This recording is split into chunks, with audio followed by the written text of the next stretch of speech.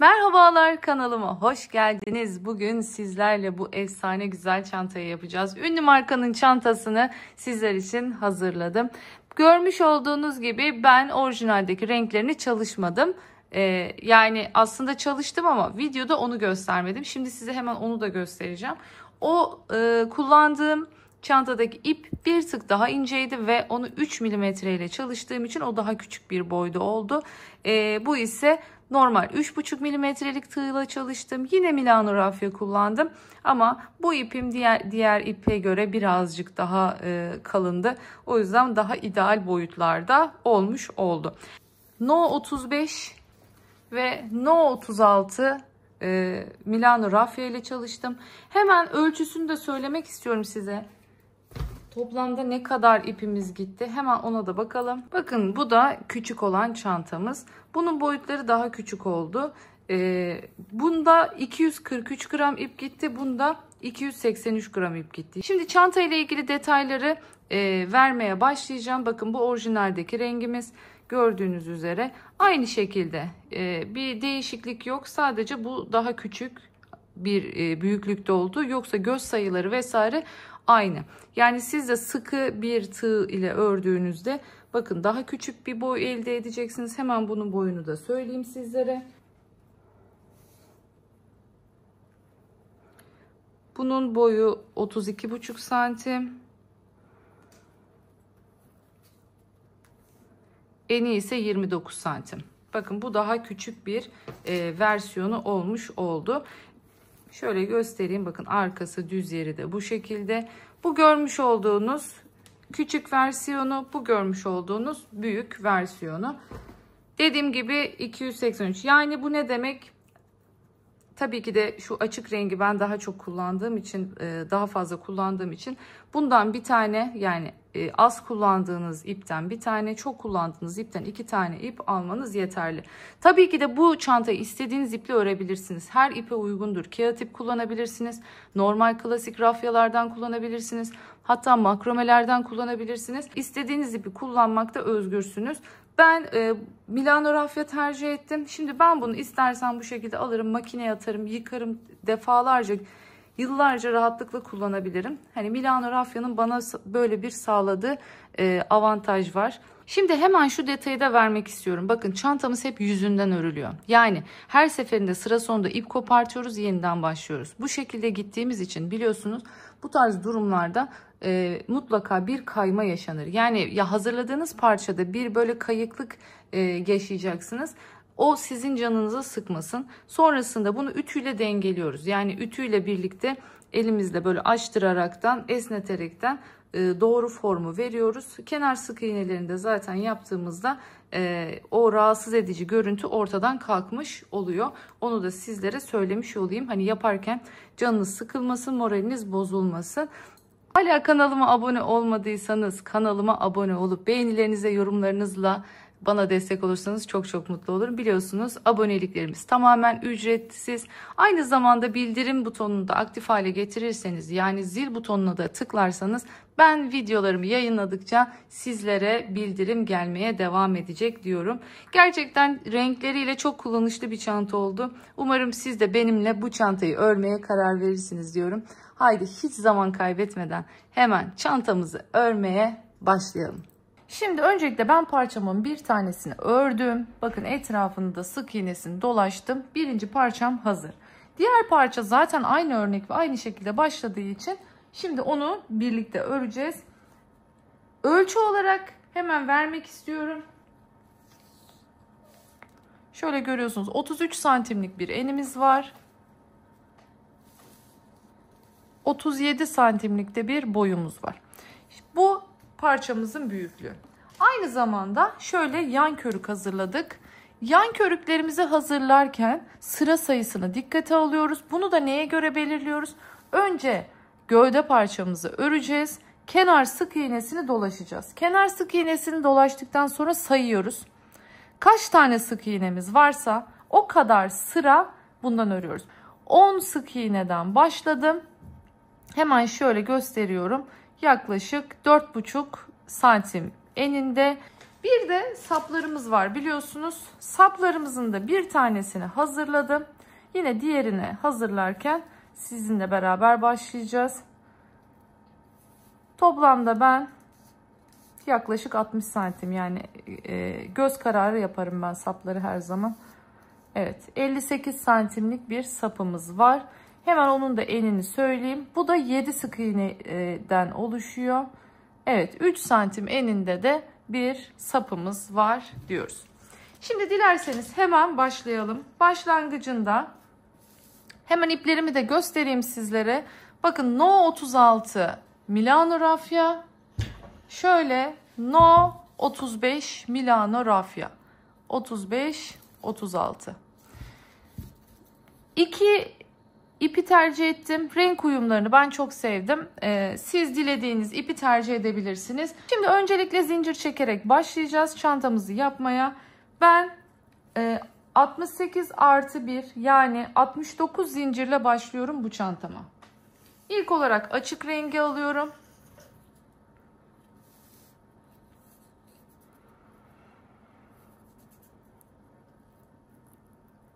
Tuttum.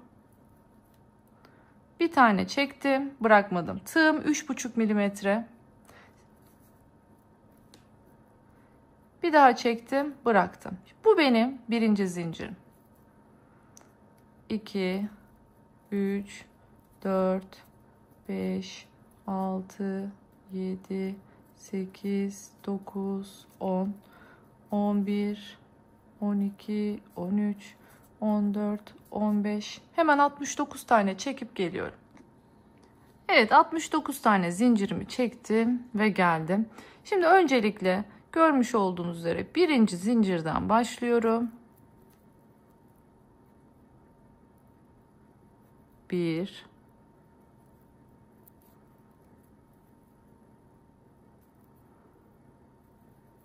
2. 2 tane sık iğnemi yaptım. Tığımı doluyorum. 1, 2 tane boş bırakıyorum. Üçüncüye giriyorum ve uzatıp, bakın yanına kadar uzatıyorum şöyle. Başlıyorum trabzan yapmaya. 3 tane yapıyoruz bu noktaya.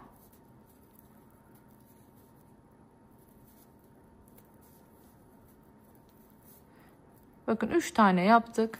Şimdi burada bir püf noktası vereceğim size. Biraz sonra bunun bu tarafındaki yelpazeleri yaptığımızda bu ilmek kapanıyor ve haliyle de sayarken zorlanabilirsiniz. O yüzden şimdi buraya battık ya, artık burası belli. Bir sonraki batacağımız yer 1, 2, 3. Şu üçüncü nokta. Buraya batacağız biraz sonra. İsterseniz önden bu şekilde işaretleyici takarak karıştırmayı önleyebilirsiniz. Şimdi 3 tane buraya yaptık. Bir geri geliyorum, bakın. Bir önceki ilmeğimizin içine geliyorum ve buraya girip 3 tane de buraya yapıyorum. Uzatıyorum yine. 1,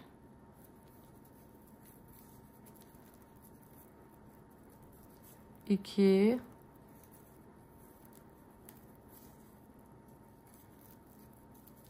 3. Bakın 3 tane de bu tarafa battım. Şimdi geldim, bu işaretlediğim yere taktım. Hani ben karıştırmıyorum ama siz karıştırırsanız bu yolu izleyebilirsiniz. Geldim. 1, 2, üçüncüye girdim.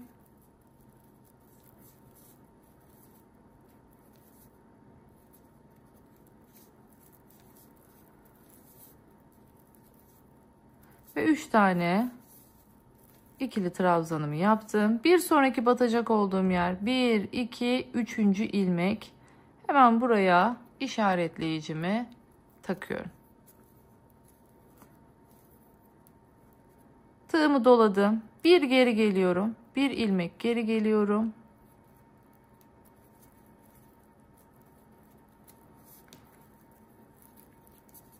Bir, 2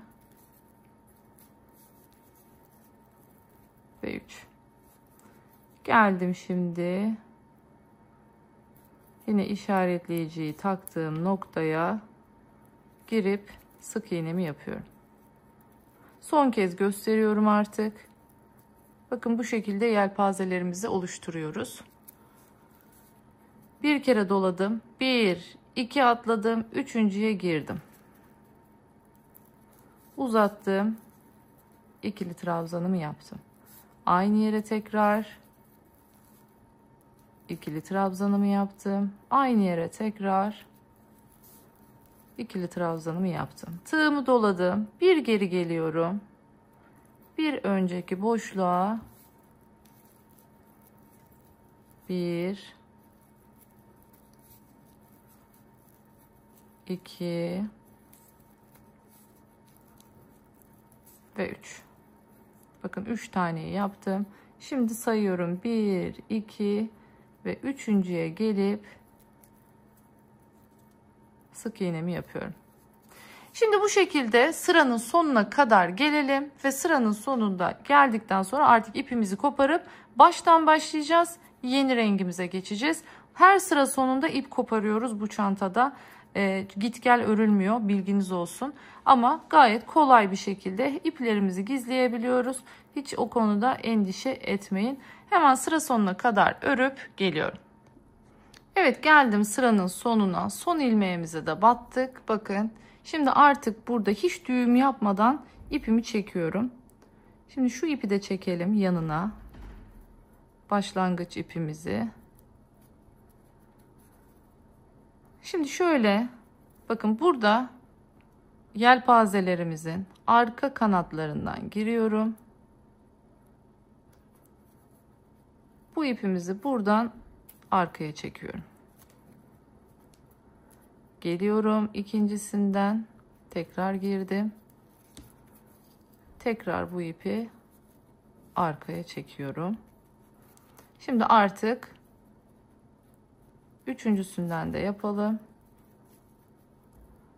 Burada bu ipi bırakıyorum. Biraz sonra dönüp dolaşıp geldiğimizde tam tamına bu noktaya batacağız. O yüzden de bu ipleri de burada artık stoplayıp fazlasını keseceğiz. Biraz sonra dönüştü. Diğer rengimizle geldiğimizde. Bakın görüyorsunuz, ilk başlangıçtaki sıramızı bu şekilde oluşturmuş olduk. Şimdi hemen diğer rengime geçiyorum. Geldim. Bakın başlangıçta 2 tane sık iğnem vardı. Öncelikle ikincisine giriyorum. İpimi tuttum alttan. Bakın uzattım iyice. Döndürdüm. Tığımı geçirdim. Aradan geçtim ve çıkarttım. Bu benim ilk trabzanım yerine geçmiş oluyor. Hemen bakın ikincisini yaptım. Aynı noktaya giriyorum. Şimdi şu ipimi yukarıya kaldırıyorum. Bu ipi de burada bu şekilde gizleyeceğim. Tığıma taktım. İpimi yine bakın 3 tane bitti. Şimdi bir öncekine geliyorum. Bir önceki sık iğneme geliyorum. Evet. Uzattım yine. 1 2 seferde çekiyorum. Girdim.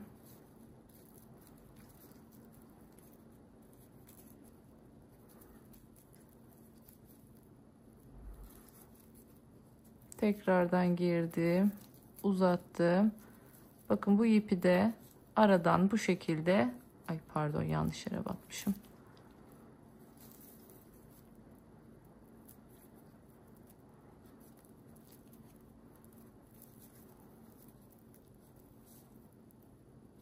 Evet. 3 tane de buraya yaptım. Bakın böylece ilk yelpazemizi oluşturmuş olduk buraya.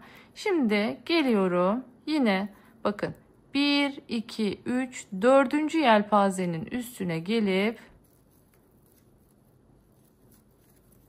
bakın bu ipi de buraya kadar yürüttüm. Evet, sık iğnemizi yaptık. Şimdi tekrar doluyorum. Bakın burada önümde bir tane sık iğnemiz var. Bu sık iğnenin bir sonrasındaki yelpazenin tepesine geliyorum ve başlıyorum. 3 tane trabzanımı yapıyorum buraya. 2 ve 3. Üçüncüyü yaptım. Geldim, tığımı doladım. Bu sefer sık iğneden bir önceki trabzanın tepesine giriyorum. Bir önceki.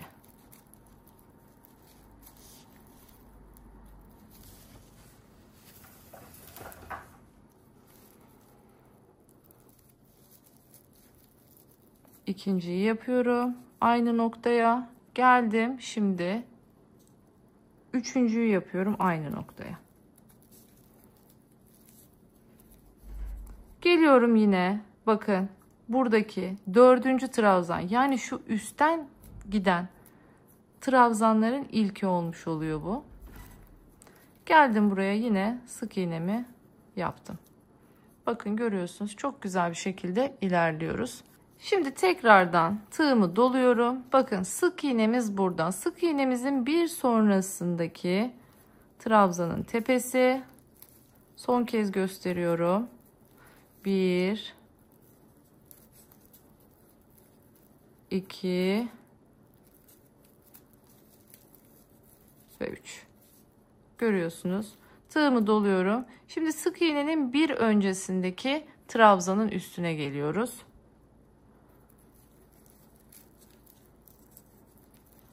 Bir. Uzatmayı unutmayın. Ve 3. Bakın üçüncüyü de yaptım. Geldim tekrardan dördüncü trabzanın tepesine giriyorum. Yani sondan sayarsak 1, 2, 3 olmuş oluyor. Şimdi bu şekilde her sık iğnenin bir sonrasına bir öncesine, bir sonrasına bir öncesine şeklinde sıra sonuna kadar gelelim ve sıra sonunda tekrardan hem ipimizi nasıl gizlediğimizi, kestiğimizi göstereyim, hem de sıra sonunu nasıl bitireceğimizi göstereceğim. Sonra sil baştan tekrar buradan açık rengimizle yeniden başlayacağız. Evet, şimdi geldim, bakın son yelpazemi de yaptım ve buradaki 3. trabzanın tepesine geliyorum. Sıkıştırdım. Şimdi artık geçiyoruz buradaki en baştaki sık iğneme. Evet, en baştaki sık iğnemizin içine şimdi 3 tane trabzan yapıyoruz burada. Bakın 3 tane trabzanımı yaptım. Ve isterseniz burada şu kiliti de yapabilirsiniz. Şöyle çektim.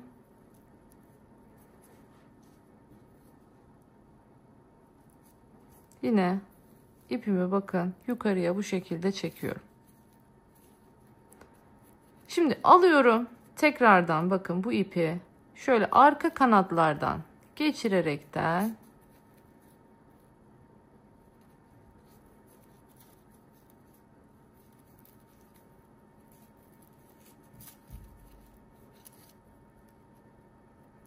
şu orta noktaya kadar getiriyorum.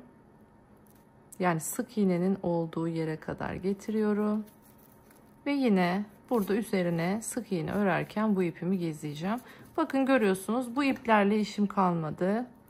Bunları burada temizliyorum. Şimdi bir üst sıraya geçeceğiz. Bu sefer yine açık renk ipimi aldım ve şimdi burada ne yapacağız? Şu ilk görmüş olduğunuz gerçek trabzan değil de trabzana benzer ilk yaptığımız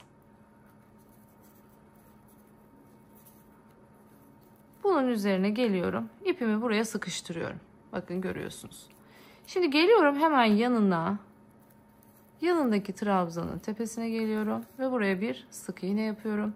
Yine geliyorum yanına, buraya bir sık iğne yapıyorum. Tığımı doluyorum. Geçiyorum buraya.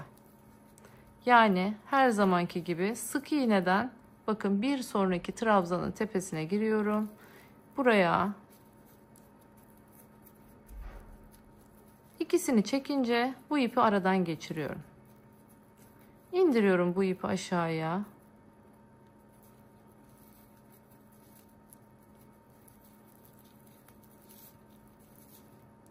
Tekrar giriyorum. Bakın ipi yok ettik yine. Geldim sık iğneden bir önceki. Örneğimiz hep aynı şekilde kuruluyor. Önemli olan başı sonu. Başına sonuna dikkat ediyoruz. Geri kalan kısımları hep aynı. Evet. Şimdi geldim yine 4. trabzanımızın tepesine. Tığımı doladım yine. Bakın sık iğneden bir sonraki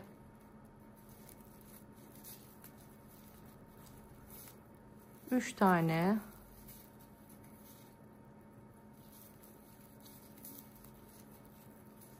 geliyorum bir öncekine.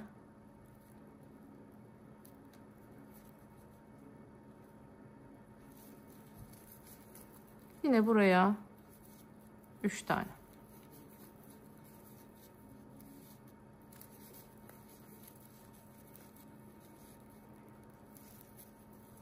Yine 4. trabzanın üzerine birleştirdim.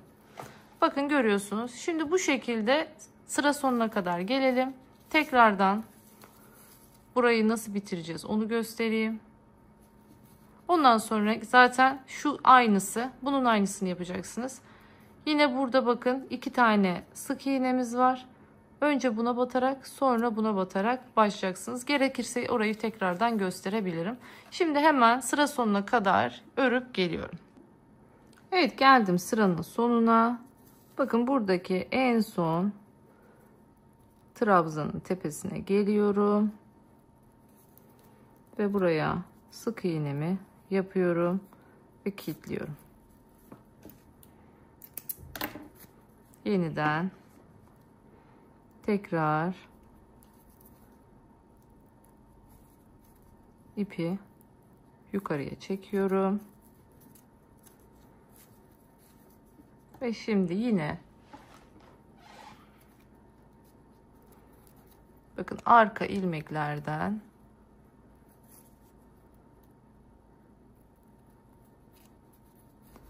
geri geliyorum. Evet. Biraz sonra yine dediğim gibi gelip buraya battığımda bu ip altında gizlenmiş olacak. Görüyorsunuz. Temiz bir şekilde ilerliyoruz bu sayede. Şöyle aralarda çıkan artanları temizleyebilirsiniz. Bakın görüyorsunuz. Aynı şekilde ilerliyoruz. Ölçümüz değişmedi burada. Şuna dikkat edin. Alt başlangıç zincirlerinizi çok sıkı çekmemeye çalışın. Çok aşırı kasma yapmasın ama çok da gevşek olmasın. Çünkü örneğimizin gidişatında şu görüntünün oluşması gerekiyor. Bakın hafif şöyle gördüğünüz gibi buralar toparlanık olmadığı için daha esnek. Alt kısım daha düz ve sıkı olmuş oluyor bu şekilde. Şimdi ilk başta bunun sık iğneleri yapılmış hali. Bununsa sık iğneleri daha henüz yapılık değil. O yüzden onu yapınca biraz daha topluyor örgünüz. Onu da dikkate almanızı tavsiye ederim. Hemen dilerseniz bir üst sıraya şuraya da geçeyim. Onu da bir size göstereyim tekrardan son kez. Bakın şu ilkini saymıyoruz. Burada 2 tane görüyorsunuz. İlmeğimiz var, sık iğnemiz var. İkincisine giriyorum.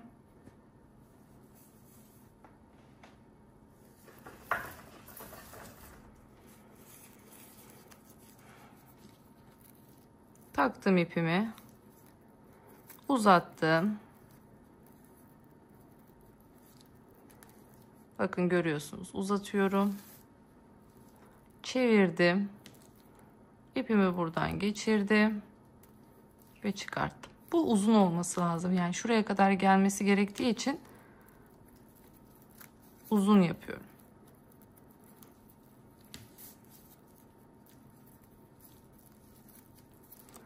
Aynı noktaya üçüncüdeyim şu anda. Artık ipi yukarıya çektim. Üçüncüyü de yaptım. Şimdi geliyorum ilk sık iğneme.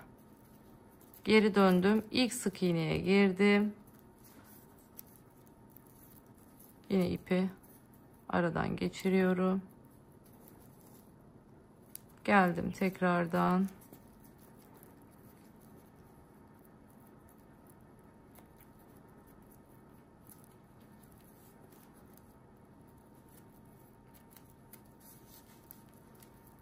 örnek zevkli, çok da güzel ilerliyor. Bakın ipimizi tamamen bu şekilde yok etmiş olduk. Hemen geliyorum.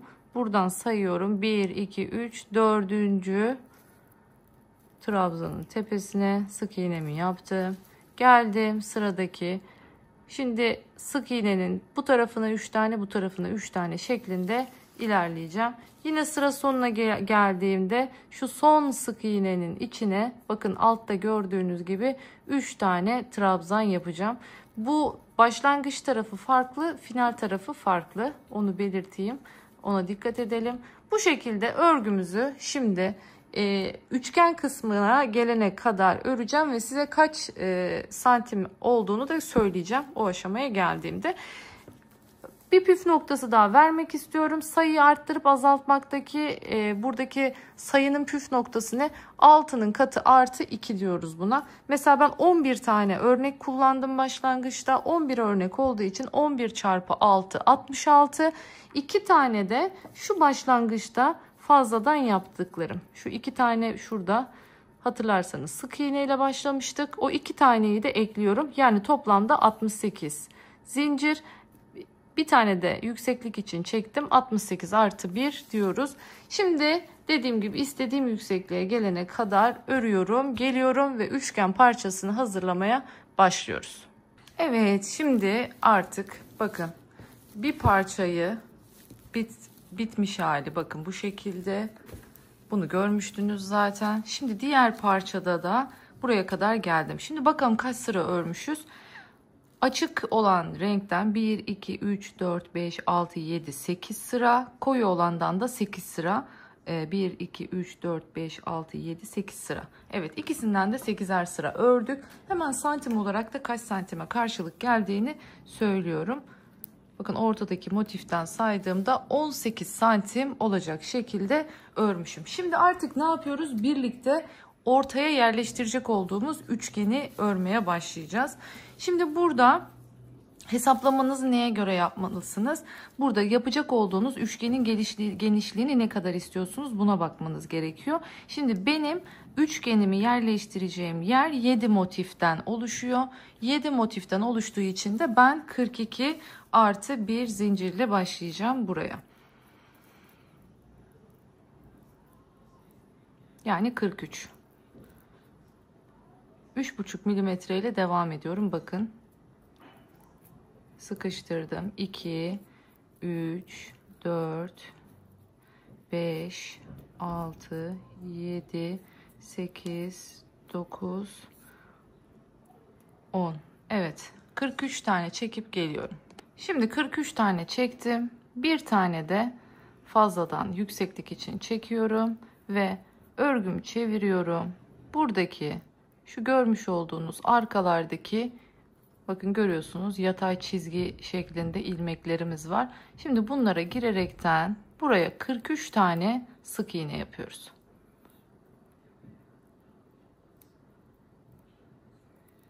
Şöyle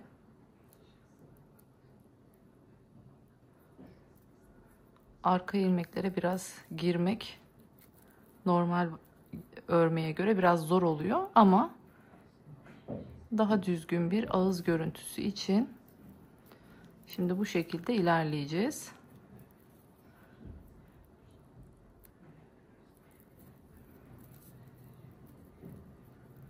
Bakın bu şekilde normal klasik sık iğne yapıyoruz.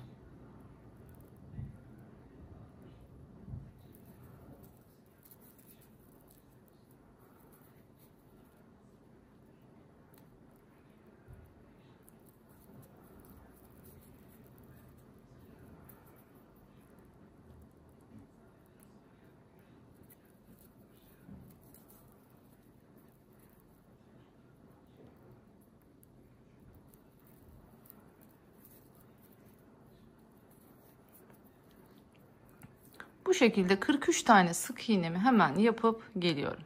Evet, şimdi geldim. Bir zincir çekiyorum ve dönüyorum buraya. Başlıyorum. Tekrardan sık iğnelerimi yapmaya. Ne kadar yapacağız bunu? Toplamda 3 sıra yapacağız.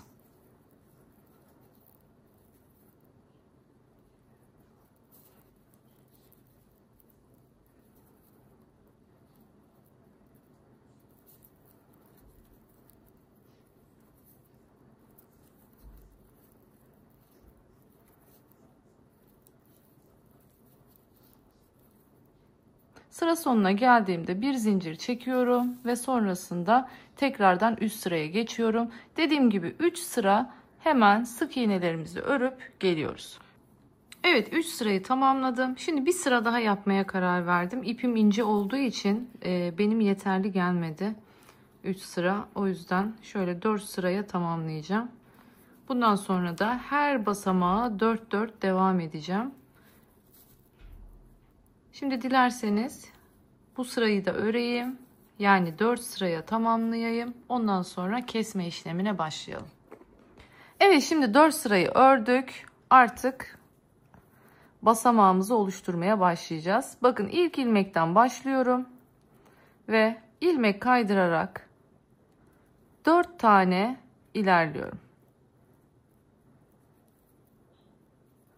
3 ve 4. 4 ilmek ilerledim. Şimdi bir zincir çekiyorum ve hemen yanındaki ilmeğin içine normal sık iğnemi yapıyorum ve buraya hemen işaretleyicimi takıyorum. Döndüğümüzde batacak olduğumuz son nokta artık burası olacak. Şimdi sıra sonuna kadar aynı şekilde devam edeceğiz ama sıra sonu derken yine bu taraftan da 4 ilmek bırakacağız. Yine oraya da işaretleyicimizi takalım. 1, 2, 3, 4 taneyi bırakıyorum ve 5. ilmeğe işaretleyicimi takıyorum. Bu da benim en son batacak olduğum yine ilmeğim. Bakın ikisi arasında yine 4 sıra git gel öreceğim. 4 sırayı tamamladıktan sonra tekrar aynı şekilde bir basamak daha oluşturacağım. Her basamağa 4'er sıra olacak şekilde öreceğim bu çantada. Şimdi dilerseniz hemen buraya kadar geleyim. Bir kez daha göstereyim nasıl yapıldığını. Oradan sonrasını artık kendiniz videoyu geri alaraktan gerekirse devam edebilirsiniz. Evet, geldik sıra sonuna. Şimdi işaretleyiciyi taktığım yere de normal sık iğnemi yapıyorum. Sonrasında yine bir zincir çekip dönüyorum. İlk sık iğneden itibaren tekrardan şu işaretlediğim yere kadar, bakın birinci sırayı tamamladık. Şimdi ikinci sırayı örüyoruz. Bunu da 4 sıra olacak şekilde yapacağız. Sonrasında tekrar ilmek kaydırmayla 4 adım geleceğiz. Yani 4 ilmek geleceğiz. O basamağı oluşturaraktan üçgen bir parça elde edeceğiz. Şimdi ben bu parçayı bitireceğim. Sonra tek tek size ilmek sayılarını da vereceğim. 43 ile başlamıştık hatırlarsanız, 8 8 azalacak. 43'tü burası, 35, 8 azalacağız 27, 8 azalacağız 19, 8 azalacak 11, 8 azalacak ve 3 olarak bitireceğiz en son. Bu şekilde ilmeklerinizi sayarak kontrol edebilirsiniz. Hemen üçgenimi bitiriyorum ve geliyorum. Evet, şimdi artık bakın parçamı bitirip geldim. Şimdi sadece şurada şunu söylemek istiyorum, göstermek istiyorum. En son parçamıza geldiğimizde 3 tane gözüme çok cılız geldi benim. Biliyorsunuz en sona 3 tane ilmeğimiz kalıyordu. O yüzden şöyle hemen göstermek istiyorum size. Bu çözülmüş, bir saniye şunu yapayım. Bakın görüyorsunuz. 1, 2, 3. Şurada 3 tane bıraktım kenarda. Burada 4 tane bakın ilmek kaydırmayla geldim. Aynı şekilde devam ettim buraya. Sonrasında ise burada 4 tane bırakmam gerekirken 3 tane bıraktım ve geri çıktım. Böylelikle artık son bitişte toplamda 4 tane ilmeğim olmuş oldu. Onun dışındaki diğer kısımlar aynen devam etti. Bakın görüyorsunuz, çok güzel bir merdiven basamağı elde ettik. Orantısı çok güzel, şekli, açıları çok güzel oldu. Şimdi burada artık bunu ne yapıyoruz? Bitiriyoruz. Şöyle bir sıkıştırdım ve bunu bitirdim. Şimdi bu ipimizi artık iğneyle ilmeklerimizin içinden gizleyeceğiz. Şimdi geldik. Şimdi şöyle bir göstermek istiyorum. Ölçüsünü, nereye kadar ördük, ne yaptık, ne şekilde tekrardan bir hatırlayalım. Bunu şimdi bu şekilde koyacağız. Burada koyarken ne tarafı koyduğunuzun bir önemi yok. İki tarafı da aynı zaten. Sadece şu kısmı düz taraf olsun. Bakın şöyle Şu şekilde duracak burada. Tam şu ortadaki örneğin üzerine yerleştireceğiz bunu. O şekilde ayarlamanız gerekiyor. Onu da söylemiş olayım. Şimdi hemen ipimizi gizleyelim ve örüp birleştirmeye başlayalım. Evet, şöyle iğnemi ilmeklerimin arasından geçirdim. İpimi takıyorum ve asıldım bu şekilde. Dilerseniz şöylemesine bir tur daha geçirebilirsiniz. Dilerseniz kesebilirsiniz. Şöyle bir tur daha geçireyim.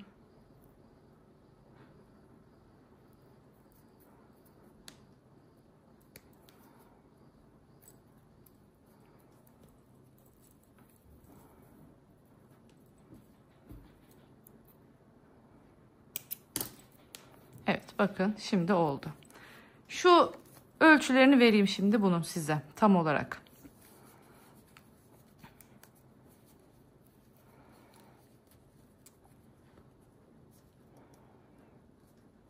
Evet, 20 santim bakın bu basamağımız.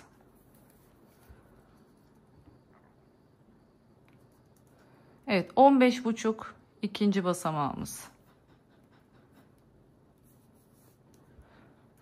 Hemen hemen 12 santim üçüncü basamağımız. 8 santim bakın dördüncü basamağımız. 5 santim beşinci basamağımız ve son basamağımızda 2 santim şöyle göstereyim, 2 santim genişliğinde. Şöyle boyumuzu da hemen söyleyelim. Toplam boyumuz ne kadar? Boyumuz da 11 santim olmuş. Şuraya da hemen tekrardan bakalım. Bakın burası da 18 santim. Şimdi burada kendiniz şöyle ayarlayın. Öncelikle bir parçayı düz örün bu şekilde.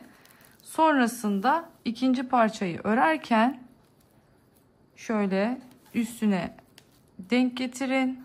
Bakın üçgenimizi yaptık. Şöyle duracak. Bunu buraya koydum. Üzerinden kalan pay, evet tam istediğim pay, her şey düzgün. Hani bunu bu şekilde kendiniz ayarlayın. Şimdi artık başlıyoruz. Bakın. Şimdi 1, 2, 3, 4, 5, 6, 7, 8, 9, 10, 11. Şurada bir deneyimiz var. Yarım var. Toplamda burada 11. Aslında bunu da 12 diyebiliriz. Yani 1, 2, 3, 4, 5, 6. Şu ara boşluk. Görüyorsunuz. Tam şu ara boşluğa denk gelmiş oluyor örneğimiz. Yani şu ortadaki bunun hizasına denk gelmemiz gerekiyor. Bu şekilde yolumuza başlayacağız. Şimdi burada artık her birinin biliyorsunuz ki zaten nasıl başladık, nasıl ilerliyoruz biliyoruz. Videonun çok fazla gereksiz uzamaması için ben her seferinde yeni ipe başlayacağım. Buraya kadar, ekleyeceğim yere kadar geleceğim ve asıl burada ne yapıyoruz ona bakacağız. Burada önemli olan noktamız bu. Bunu kaldıralım artık. Altında görüşümüzü kapatmasın. Şimdi ben hemen buradan başlayıp ek yerime kadar geliyorum. Evet, bakın geldim şimdi en son noktaya. Şöyle göstereyim. Kenardan bakın 1, 2, 3, 4, 5 taneyi yaptım. Tam şu ortadaki bakın açık rengin hizasına geldim ve tam bu noktadayken her zaman battığım şu 3. trabzanın tepesine girdim ve bu aşamadayken örgümü elime alıyorum. Bakın ilmek çıkarttım buradan. Sonrasında tam uç noktasına giriyorum ve buradan da bir ilmek çıkartıyorum. Bakın girdim buradan. Buradan da ilmeğimi çıkarttım.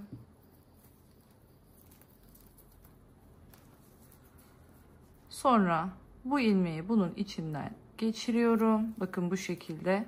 Ve buraya sabitlemiş oluyorum. Bu seferlik şöyle bir şey yapacağız. Diğerlerinde bunu yapamayız ama bakın. Şimdi buradan devam edeceğim yoluma. Şöyle ilmek kaydırmayla. Bu sadece ilk sırada yapabildiğim bir şey. Sonralarında hep ne yapacağız? İp koparacağız.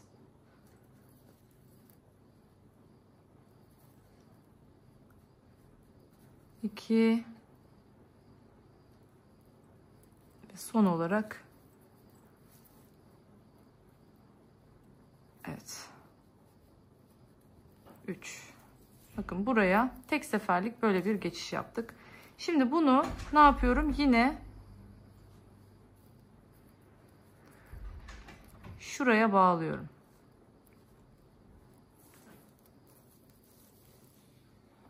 Şu tepedeki noktaya bağlıyorum. Şöyle görüyorsunuz. Bakın. Pardon, şuraya bağlıyoruz. Üçüncüye bağlıyoruz. Dördüncüye değil, üçüncüye bağlıyorum. Sonra geliyorum. Dördüncüye de bir tane daha sık iğne yapıyorum.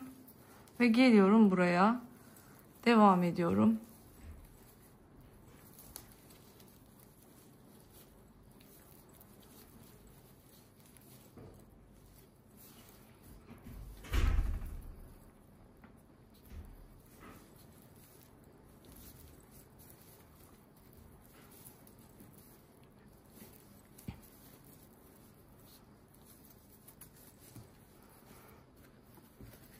Evet, şimdi bakın bu şekilde ilk sırayı oturtturduk.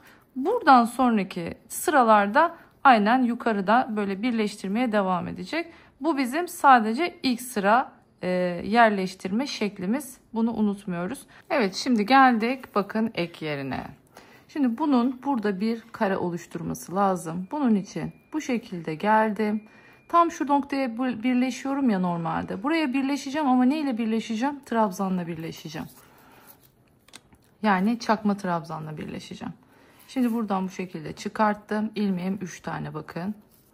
Şöyle ipimi arkaya alıyorum. Geliyorum tam buradaki köşe noktasına. Giriyorum. Alttan ipimi çekiyorum. Ve hepsini birden topluyorum. Bakın buraya bu şekilde bir trabzan oluşturmuş oluyorum. Nasıl bir trabzan? Çakma trabzan. Şimdi bu ipi buradan ne yapıyoruz? Kesiyoruz. İpimi çıkartıyorum. Bakın şu an bu dağınık. Dikkat ettiyseniz şöyle dağınık halde. Şimdi bunu arkaya aldığımızda iğnemizle bu toparlanacak. Şimdi aynı noktadan geriye gidiyoruz.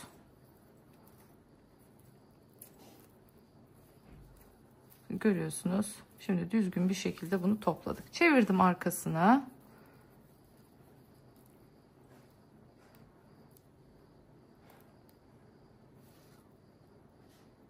Şöyle gösteriyorum. Buradaki herhangi bir noktadan girdim. Bu güzelce burayı bir sıkıştırıyorum. Yani ipimi burada sabitleyeceğim şimdi.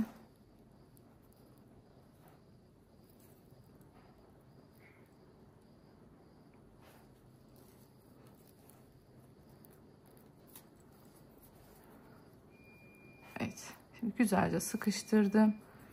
Şimdi burada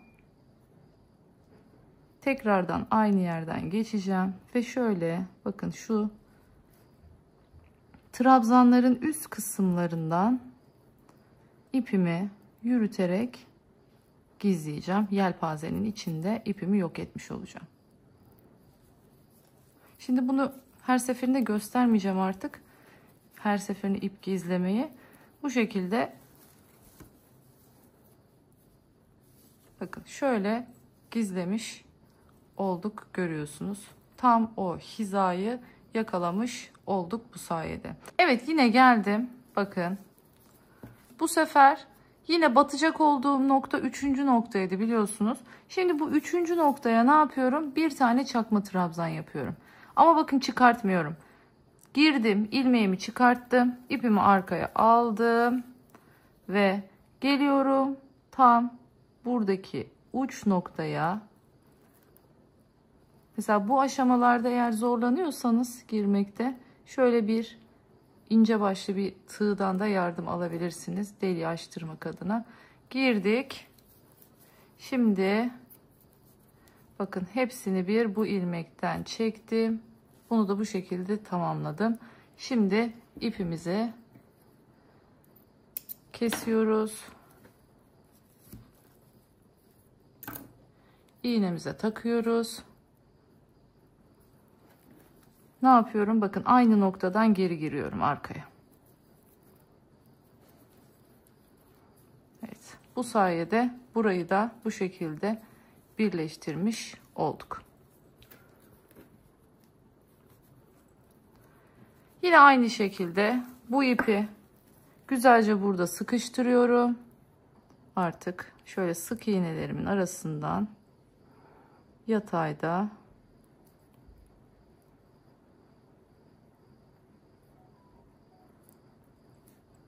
ipimi yürütüyorum.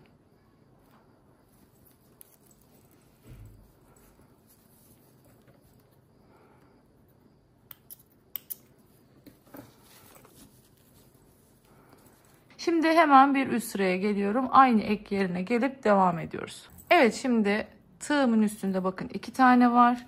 Tekrar doladım. Buradan 1, 2, 3. trabzanın tepesine girdim. Şöyle görüyorsunuz. Şimdi hepsini bir topladım. Şu şekilde buraya yatırmış oldum. Sonra geldim. Buradaki köşe noktasına giriyorum. Girdim ve bakın ilmek kaydırdım, çıkarttım. Buraya da bu şekilde bunu takmış olduk. Şimdi bu ipi de yine aynı şekilde arkaya çekeceğim ve gizleyeceğim. Şimdi gelelim bir üst noktaya. Evet, şimdi geldim. Bakın bu sıraya geldiğimde artık her zamanki gibi şu 3. trabzanın tepesine geliyorum. Bakın sık iğnemi yapmıyorum. Onun yerine ne yapıyorum? İlmek kaydırma yapıyorum ve bitiriyorum. Burada bağlama yapmıyorum. Çünkü şimdi şöyle bir durum var. Burada ne var? Karşımızda bir 11 santimlik bir üçgenimiz var. Kaç basamağı var? 1, 2, 3, 4, 5. Hadi burayı da sayalım. 6.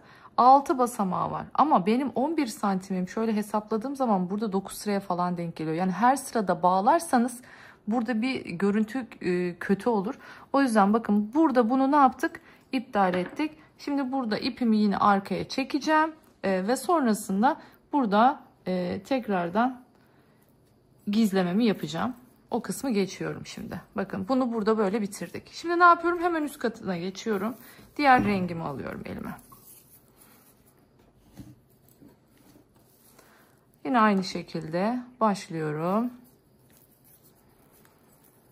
Şimdi oraya kadar geleyim yine. Oradan sonra birlikte devam edelim. Bakın gittikçe artık sona doğru geliyoruz gerçekten. Güzel olacak, güzel ilerliyor ama lütfen şu adımlara özellikle çok dikkat edin. Evet, şimdi bakın tam geldim. Her zaman normalde nasıl birleşiyorum, bakın sık iğne ile üçüncüye aynı noktaya geldim. Şimdi buradayken yine son sık iğnenin içine gireceğim.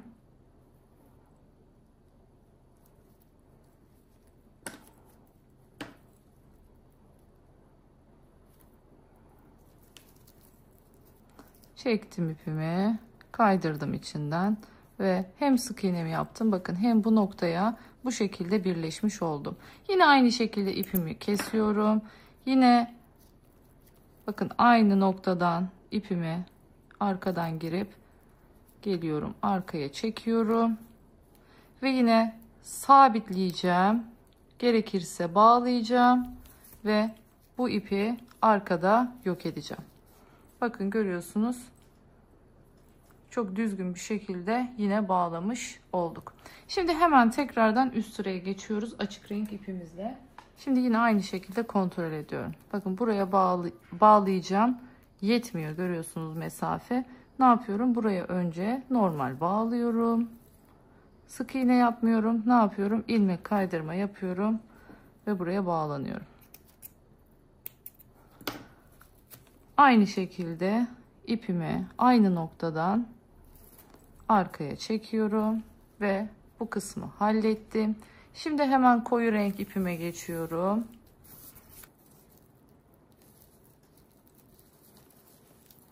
Evet, şimdi bakıyorum nereye bağlamam gerektiğini. Evet, şimdi buraya sık iğnemi yaptım. Geliyorum şimdi bu noktaya. 1 2 ve şimdi 3 diyorum. Şimdi bu noktaya bunu bağlayacağım. Bakın görüyorsunuz. Yine son ilmeğe geçirmedim. Buradan çekip son ilmeği burada içinden geçiriyorum ve yine ipimi kesiyorum. Arkaya ilmeğimizi çekelim tekrar. Yine onu da gizleyeceğim.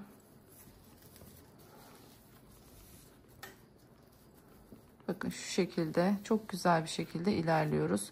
Şimdi artık tekrardan diğer rengimize geçeceğiz. Diğer rengimize geçeceğiz. Buraya geleceğiz, bağlanacağız ve bir üst rengimizde artık son köşe noktasına eklememizi yapacağız. Bakın şöyle güzelce gösteriyorum. Tekrardan bir görmeniz açısından. Şimdi bakın birinciyi yaptım. İkinciye geldim. İkinciyi yapıyorum.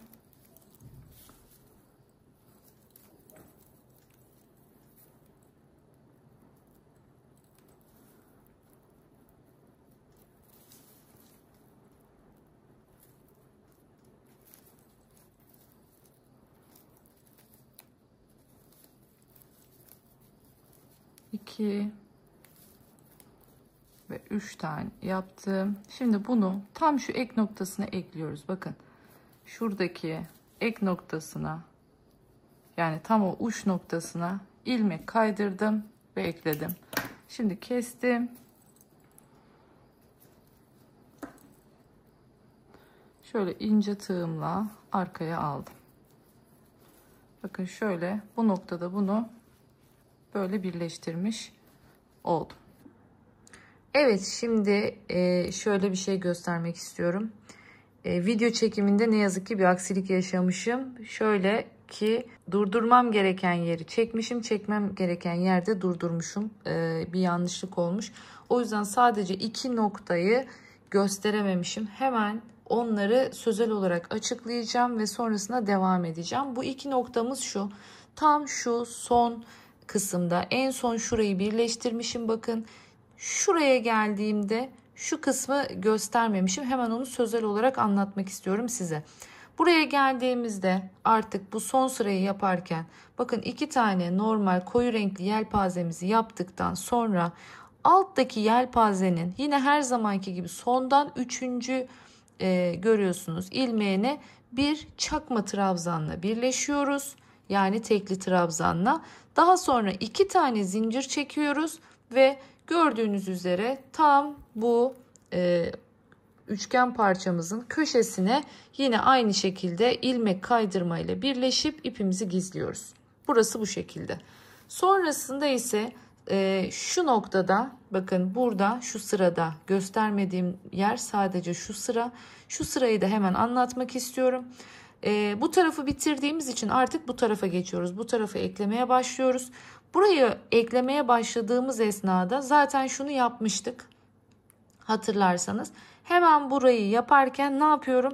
Geliyorum şu alttaki görmüş olduğunuz yelpazenin sondan üçüncü olan kısmından başlıyorum. 2 zincir çekiyorum ve şu köşe noktaya bağlanıyorum. Önce sonrasında yelpazemi yapmaya başlıyorum. Aynı şekilde devam ediyorum sonrasında. Zaten şurayı anlatırken şimdi daha net bir şekilde anlayacaksınız nasıl yaptığımı. Evet, bu şekilde gördüğünüz gibi bu kısmı halledip sonrasında şimdi buradan itibaren tekrardan örerek göstermeye devam edeceğim. Evet, şimdi devam ediyoruz buraya. Geldik, bakın hemen buradakinin aynısını yapıyorum. Neredeyiz? Buradayız. Bakın 1, 2, 3. O zaman buradan da 1, 2, 3. Üçüncüden girdim. Neyle tutturmuşum? Yine çakma trabzanla tutturmuşum.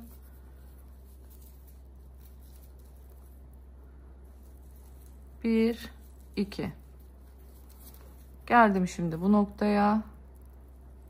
Girdim köşeye. ilmek kaydırmayla bakın alttan ipimi çekiyorum.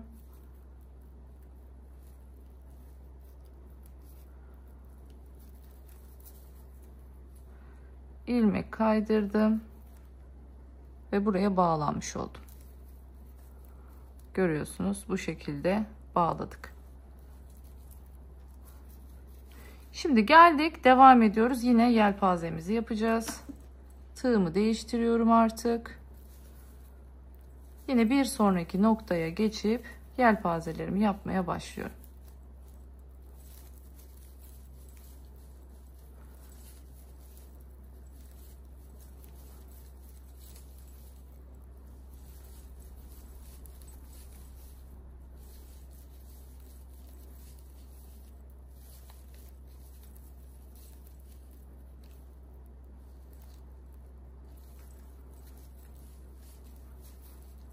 Devam edeceğiz buradan. Bakın aynısı. Görüyorsunuz, aynı simetri ekliyoruz. Burada bu birazcık uzun geldi.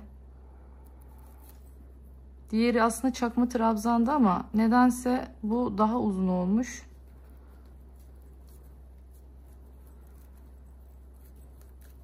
Bakın bunu hemen buraya kısaltıp takıyorum ki aynı şekilde olsun. Bir tane zinciri yok ettim orada.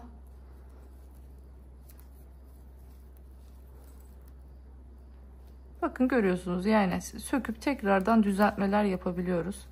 Bunu istesem baştan alır tekrar gösteririm size ama yani siz de böyle durumlarla karşılaşabilirsiniz. Nasıl yapmanız gerektiğini görmenizi istiyorum. Bakın şimdi daha doğru bir duruş olmuş oldu. Şimdi aynı şekilde bunu da sıra sonuna kadar getireyim. Üst sıradan devam edelim.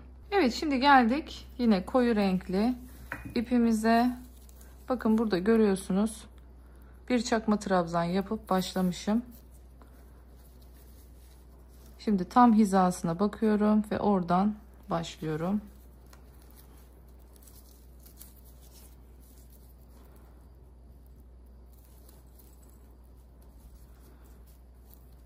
Şimdi şöyle yine küçük numaralı tığımızla şuradaki ilmeğimize girelim.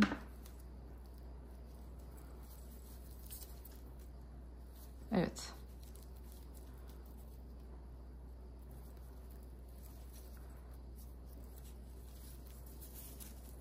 Şimdi normal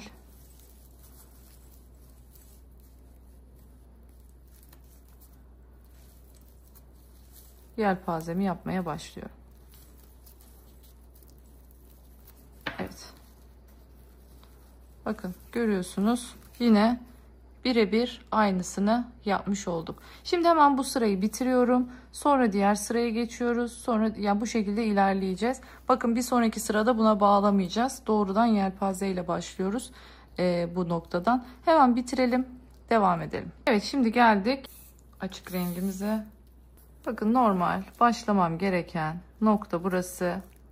Üçüncü. Sondan üçüncü trabzanın tepesine girdim.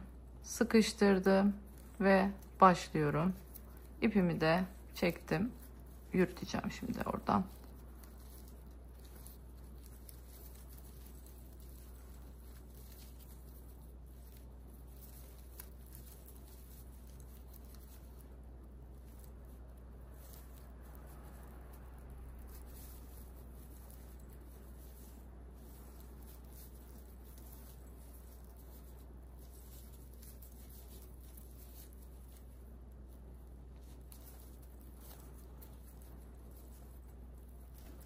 Evet, tekrar bakıyoruz. Bakın burada birleştirme yapmadık. Doğrudan örerek gidiyoruz. Şimdi bir üst sırada tekrardan birleştirme yaparak devam edeceğiz.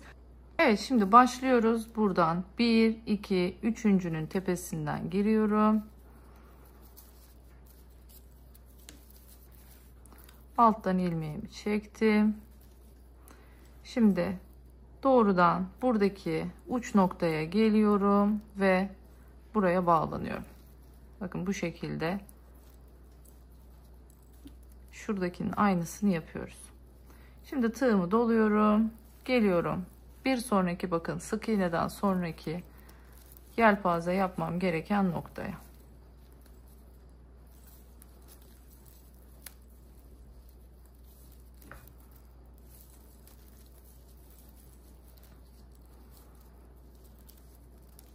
Şimdi biraz sonra bunu sıkıştıracağım arkada.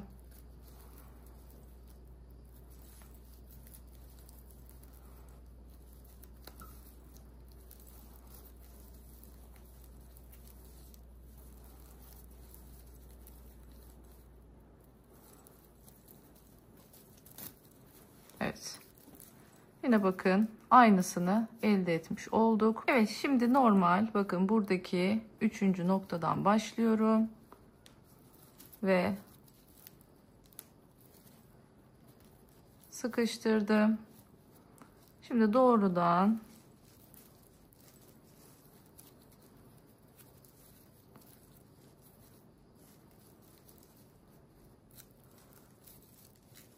yelpazemi yapıyorum buraya. Her zamanki yere. Bakın yine bunu bağlamadık.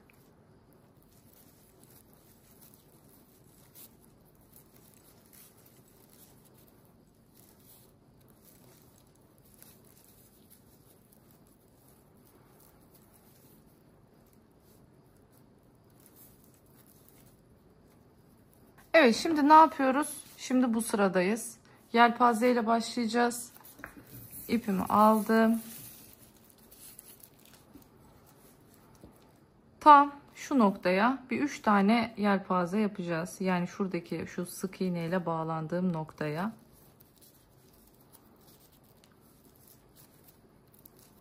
Şimdi girdim. Arkadan 1 2 tane zincir çekiyorum ve buradaki yine köşe noktamıza bağlanıyoruz. İlmek kaydırmayla bakın birleştirdim. Şimdi devam ediyorum. Aynı noktaya giriyorum. Alttan ipimi de gizleyeceğim. Tekrardan ikili trabzan. Girdim yine aynı noktaya. 3 tane yaptım ve geldim buradaki her zaman bağlandığım noktaya bağlandım. Bakın görüyorsunuz. Sonrasında tekrardan yine her zaman yelpazelerimi yaptığım yere geçiyorum. Sık iğnenin bir sonrasındaki ilmeğe giriyorum.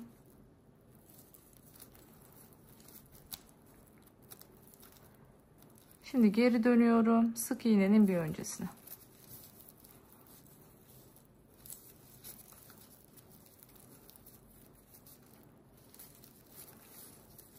Evet. Şimdi geldim her zamanki yere bağlandım ve son noktanın içine yine 3 tane yelpaze. Yani yarım yelpaze diyebiliriz bunu. Şimdi tekrardan sıkıştırdım ve kestim.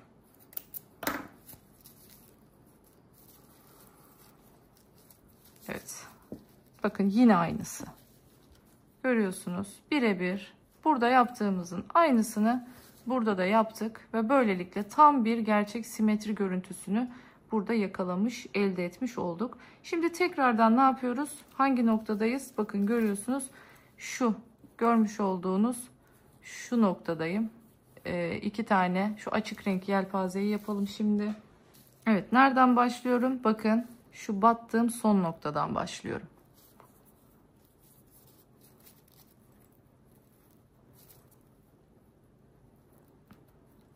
Evet.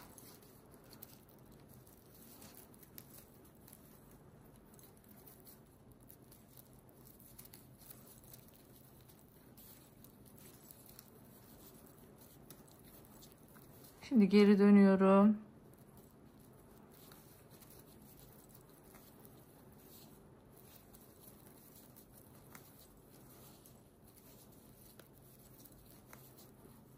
Geldim.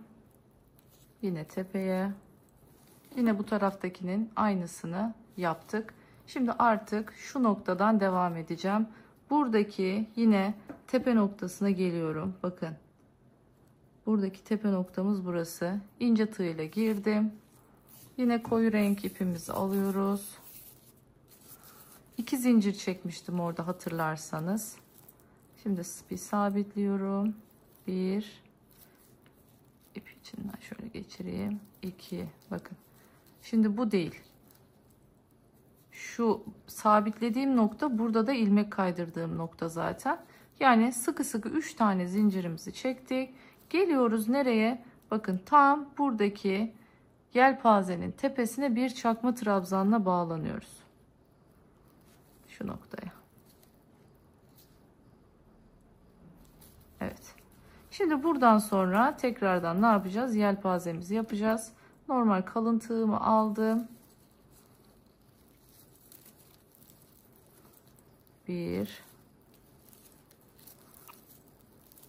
2 3 geri geldim. 1 2 ve 3. Şimdi normal artık buraya bağlayacağım. Yanına yarım yelpazemi yapacağım ve bu kısmı bitireceğim. Şimdi şurayı tamamlayayım artık. Geleyim, sonrasında şu üst sırayı nasıl yapıyoruz hemen onu göstereceğim. Evet, geldik şimdi açık rengimize ve baştan tekrardan başlıyoruz. Yine ne yapıyoruz? En başta küçük tığımı aldım şuraya rahat batabilmek için.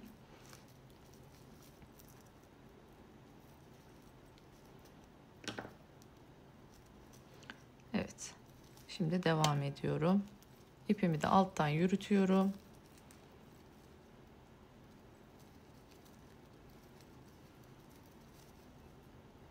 İki tane sık iğnemi yaptım. Şimdi geldim buraya.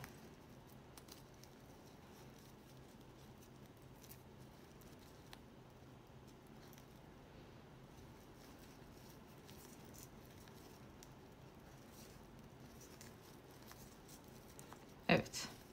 Şimdi döndüm geri. Diğer tarafını da yapıyorum.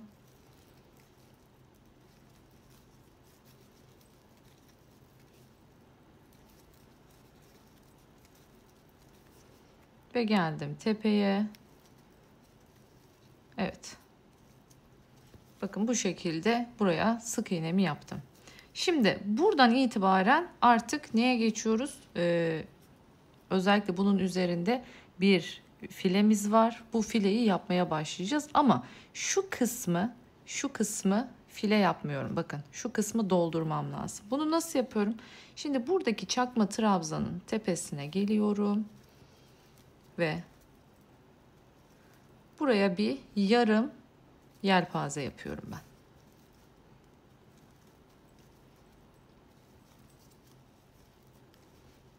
Evet. Bakın bu şekilde bir yarım yelpaze yaptım. Şimdi artık iki tane zincir çekiyorum. Geldim.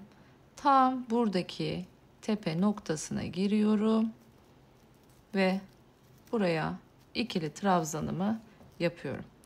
Tam bu aşamadayken 2 tane tığım da varken alıyorum şimdi diğer rengimi.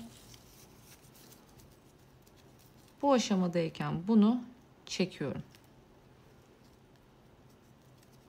Şimdi bakın bunu buradan içinden geçiriyorum. Bir zincir çektim.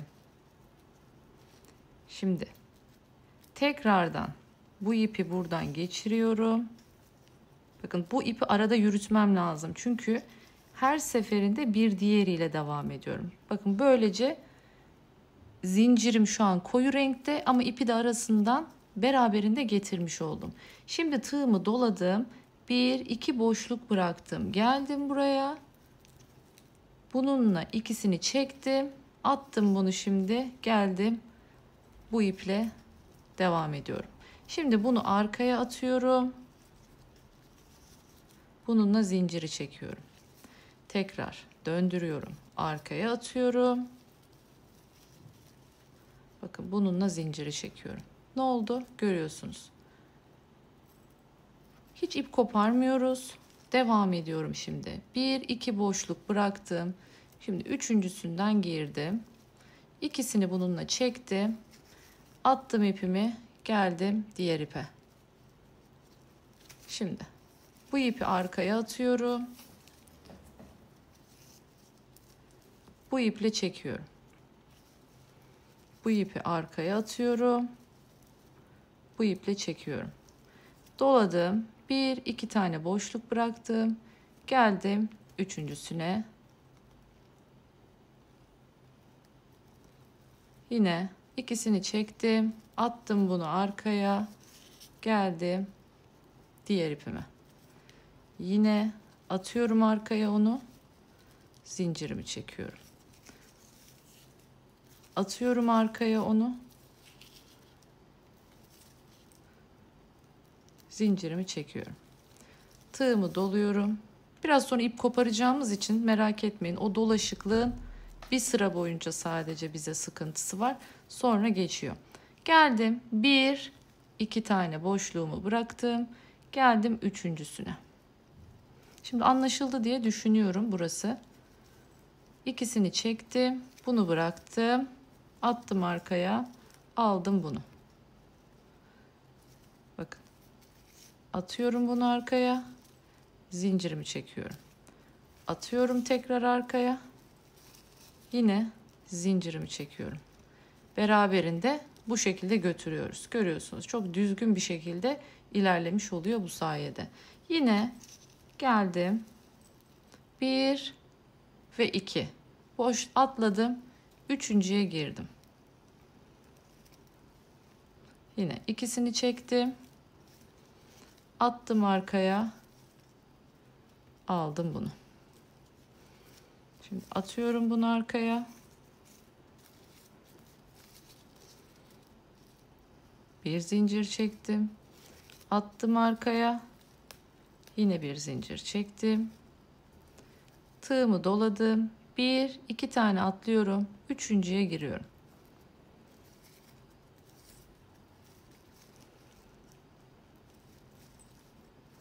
İkisini bununla çektim. Attım arkaya. Geldim. Şimdi bununla devam ediyorum. Şimdi bu şekilde görüyorsunuz. Bir açık asır, bir koyu asır, bir açık asır, bir koyu asır diye gidiyoruz. Sıra sonuna kadar bu şekilde buraya kadar geleyim. Buradan sonra birlikte devam edelim. Evet, geldim. Bakın en sona görüyorsunuz. Artık bunu bu renkte yaptım, tamamladım ve şu ipimi kesiyorum. Görmüş olduğunuz hasır rengi ipimi kesiyorum. Bunu kestik. Şimdi şöyle çekiyorum, bakın o burgudan kurtulmuş oldum. Şimdi artık buradakinin simetriğine gideceğiz. Yine aynı şekilde. Bakın şu an nereyi yaptım? Şurayı yaptım. Şöyle göstereyim. Bakın bu ikisi birbirinin aynısı. Şimdi 2 zincir çekeceğim. 1, 2 ve tam şu noktaya ne yapacağım? Görmüş olduğunuz şu noktaya çakma trabzanın olduğu yere üçlü fıstık yapacağım. Çakma trabzanların üstü biliyorsunuz bir garip oluyor. Evet, girebildim. 1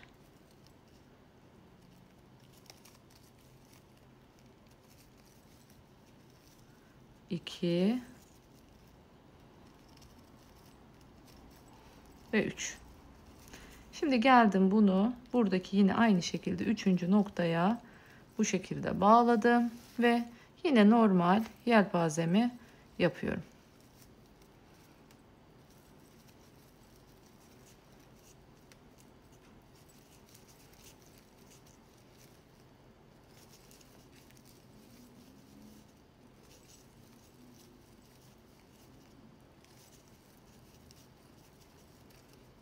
Şimdi geldim son noktaya. Evet. Yine sıkıştırdık.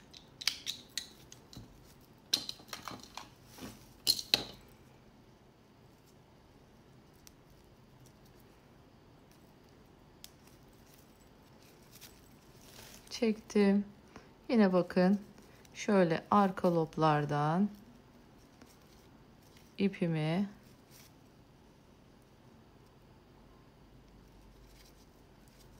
şöyle çekiyorum bu tarafa doğru.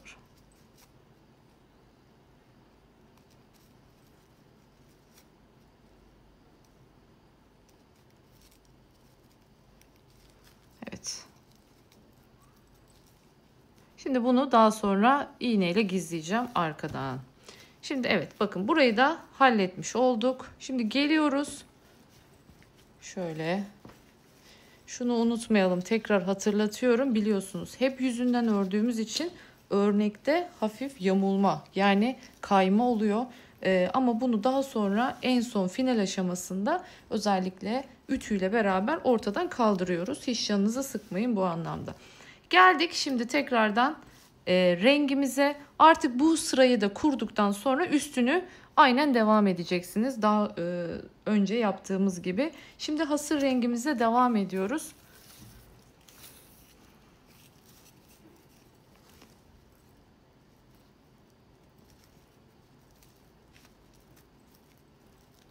Şimdi hemen hızlıca şu ilk yelpazeyi bir yapayım ben.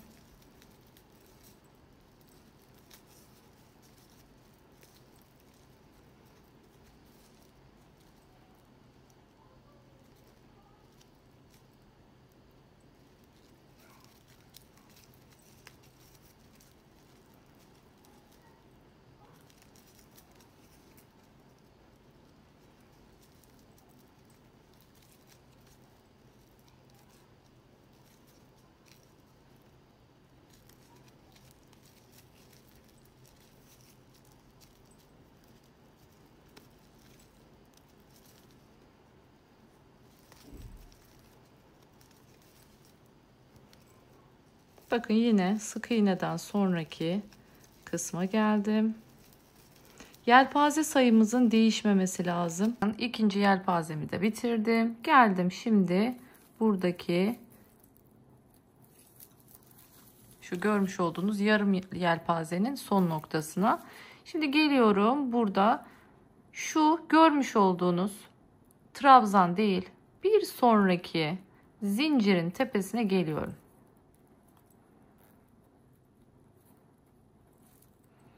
Tam bu noktaya şimdi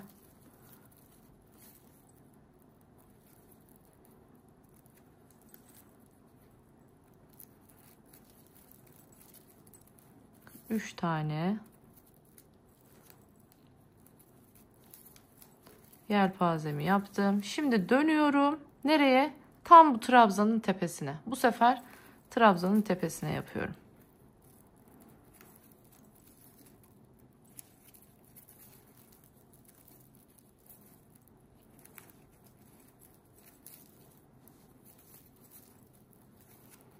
Yine geliyoruz. Bir diğer trabzanımızın tepesine geliyoruz.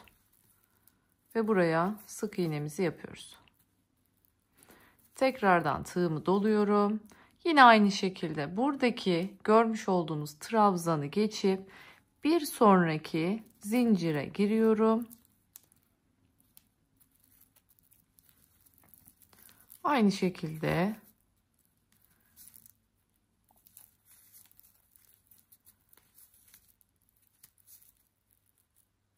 yine bu noktaya 3 tane tığımı doladım. Hemen geri geliyorum.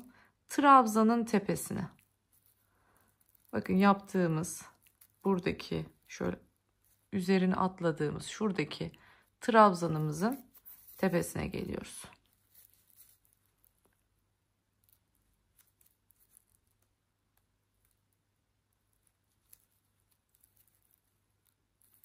Evet, batamadım tekrardan. Önce bir ince tığımızla yerini ayarlayayım. Evet.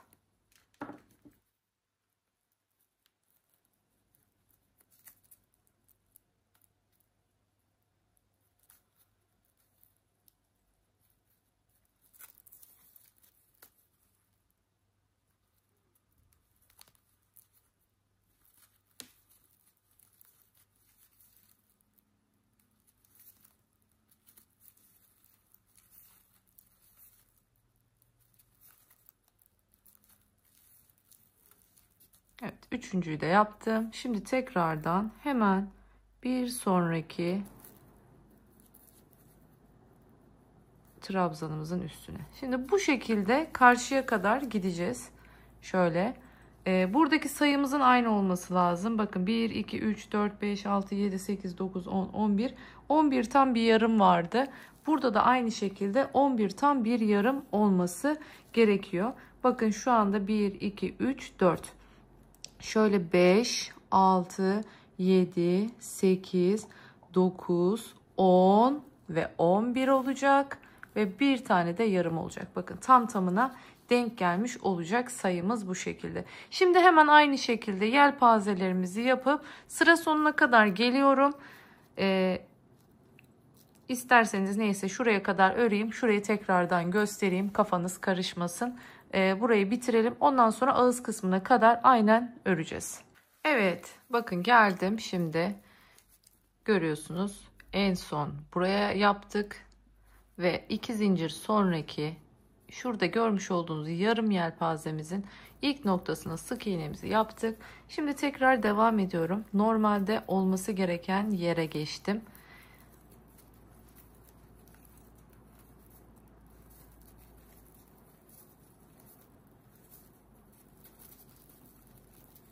Bakın 3 taneyi yaptık. Geri döndük.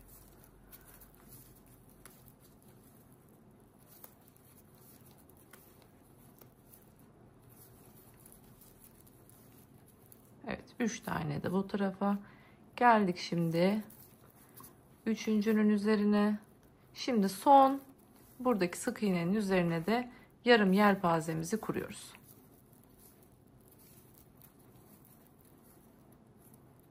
Evet, sıkıştıralım ve hemen buradan geri dönüyoruz. Şu şekilde ne yapıyorduk? Yine şöyle arka kanatlardan örgümüzü içinden çekiyoruz bu şekilde ipimizi. Bu sayede ipimiz hiçbir zaman için önden gözükmeyecek. Bu arka kanattan geçirdiğinizde hem de daha düzgün bir şekilde arkaya geçirmiş olacaksınız. Bakın son derece artık düzgün bir şekilde hallettik. Şimdi ne yapıyoruz? Hemen bunun üzerine artık bu taraflarda yaptığınız gibi hiçbir farkı yok. Buraya üstünü dolanacağız. Şimdi ben ağız kısmına kadar örüp geliyorum. Evet, şimdi bakın son 17, bakın şöyle sayalım. 1, 2, 3, 4, 5, 6, 7, 8, 9, 10, 11, 12, 13, 14, 15, 16, 17 tane yaptım. Orijinalindekini yapmaya karar verdim. O yüzden şimdi 18. sırayı tekrardan aynı renkle çalışacağız birlikte. Hemen şimdi şu görmüş olduğunuz şuradaki noktadan giriyorum.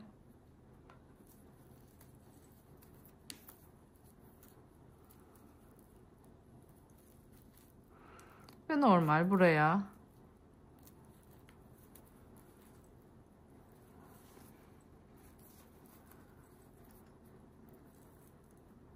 ipimi de içinden yürütüyorum, gizliyorum.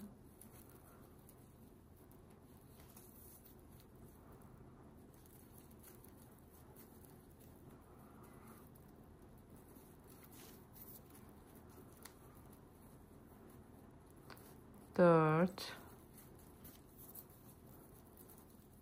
5,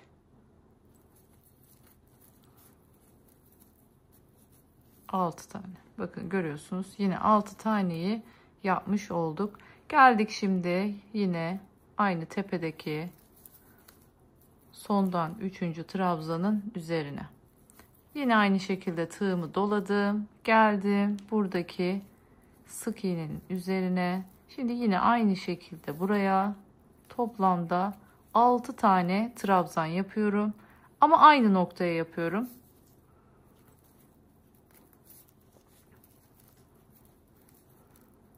Şöyle söyleyeyim, eğer eliniz gevşek ise burada mutlaka tığ küçültün. Ağız kısmı böyle yayık olmasın. Şimdi eğer siz de benim gibi Milano rafya kullanıyorsanız, özellikle bu viskon rafyada şöyle bir sıkıntı var. Eğer ütüyü çok fazla basarsanız, eğer kalın bir bez koymadan basarsanız örgünüz yanabilir. Özellikle böyle yüzeyi sertleşir. Hani bir gererme derler ya, üzeri böyle sert sert, yanık yanık gibi olur. Ve aynı zamanda da örgünüz çekme yapar, küçülme yapar. O yüzden eğer Milano raffia ütüleyecekseniz mutlaka üzerine kalınca bir bez koyuyoruz. Ütüyü ondan sonra basıyoruz ve sürekli basıyoruz. Çok böyle öldürmüyoruz. Şöyle gezdiriyoruz, kaldırıyoruz. O buharının verdiği elastikiyetle örgümüzü hafif elimizde gerdirerek, açtırarak formunu ve şeklini veriyoruz. Şimdi bu çantada biliyorsunuz, dediğim gibi sürekli yüzünden ördüğümüz için ister istemez bir böyle kayıklık söz konusu oluyor. Biz bu kayıklığı daha sonra örgüyle hallediyoruz. Pardon, ütüyle hallediyoruz. 1, 2, 3, 4, 5, 6. Geldim. Hemen. Bakın yine tepeye. Yine geldim. Tığımı doladım. Buradaki sık iğnenin üzerine. Şimdi bu şekilde hemen sıra sonuna kadar gelelim. Ve artık asıl önemli noktaya, etrafını sık iğneyle dolaşmaya geçiyoruz. Ve böylece daha düzgün, iki taraf daha eşit bir görüntüye kavuşmuş olacak bu sayede.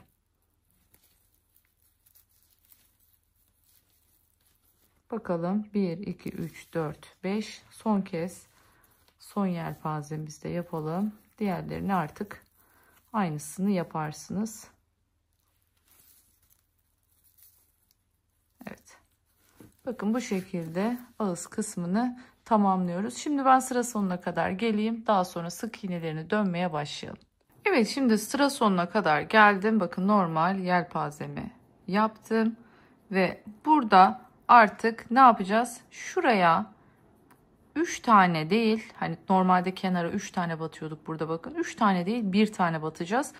Çantamızın ağız kısmının böyle toparlanabilmesi için. Şimdi direkt buraya bir trabzan yaparak devam ediyoruz.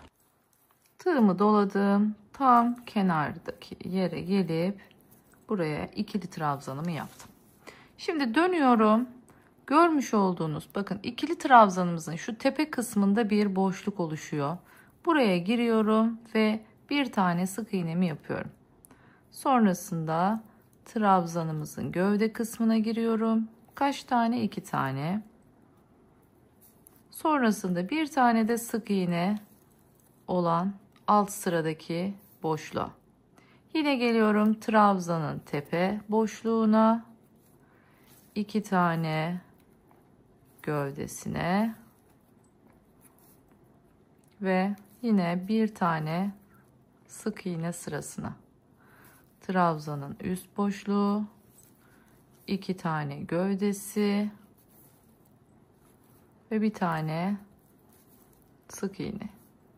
Bu şekilde şimdi sıra sonuna kadar ilerleyeceğiz, köşeye kadar.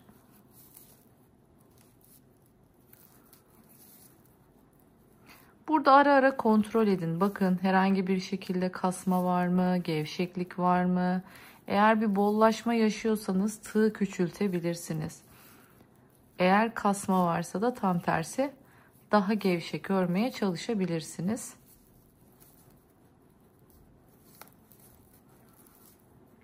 Bakın bu şekilde kenarımızı dolaşıyoruz. Kastettiğimiz nokta şuydu. Bakın eğer ben buraya 3 tane de bundan yapsaydım bu ağız kısmı böyle genişleyecekti. Onun önüne geçmek için burada sadece bir tane trabzan yapıyoruz ve onu da zaten sık iğne ile kapatmış oluyoruz.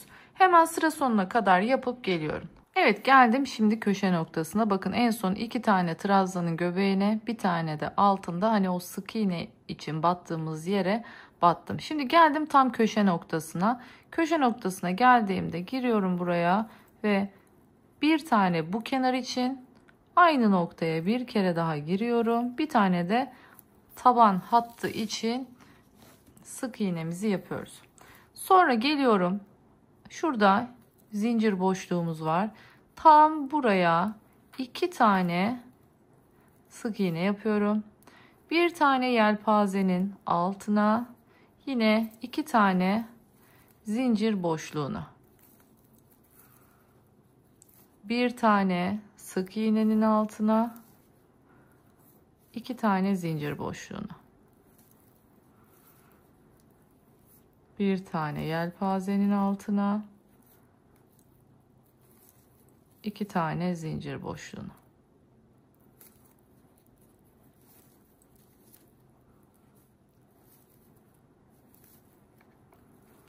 Bir tane de sık iğnenin altına. Yani bu şekilde 2 boşluğa, bir yelpazenin altına, yine 2 boşluğa,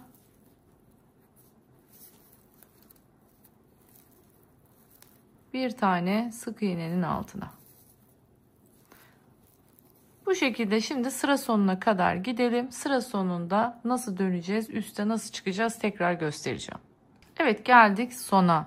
Şimdi en son bakın buradaki zincir boşluğuna 2 tane yaptım ve geldim. Artık burada 2 tane hatırlarsanız sık iğnemiz vardı. Hemen onlara birer tane girdim. En sondaki sık iğnemizin içine şimdi bir tane daha giriyorum ve böylelikle yan dönmüş oluyorum. Şimdi burada bir tane şu sık iğne kısmına giriyoruz. Geldim yandaki trabzanın gövdesine 2 tane giriyorum. Bir tane şu üst kısmı için giriyorum. Yine geldim sık iğne. Bu şekilde aynı mantıkta her sıraya 4 tane olacak şekilde devam ediyorum.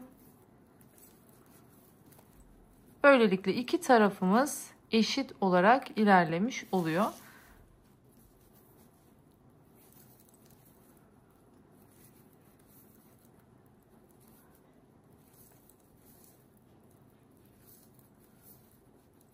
Son kez gösteriyorum. 2 tane trabzanın gövdesine, bir tane trabzanın tepe boşluğuna, bir tane sık iğne. Bakın bu şekilde dörder dörder gidiyoruz. Hemen sıranın başına kadar örüp geliyorum. Evet, geldik şimdi buraya. En son bu sıranınkini yaptım. Şimdi buraya geçtik. Bakın bunun sık iğnesi burada. Buraya battım. Şimdi gövde, trabzanımızın gövdesi burası. Hemen buraya da giriyorum. Bu şekilde. Şimdi artık en son şu trabzanın tepe kısmı dediğimiz yer burası ve buraya da girdik, bitirdik. Şimdi ben şu ağız kısmının birazcık şöyle toparlanması açısından ilmek kaydırmayla dolaşmak istiyorum. Bakın görüyorsunuz. Giriyorum, ilmek kaydırıyorum. Giriyorum, ilmeği içinden geçirip ilmek kaydırıyorum. Böylelikle ağız kısmı birazcık daha toparlanmış olacak.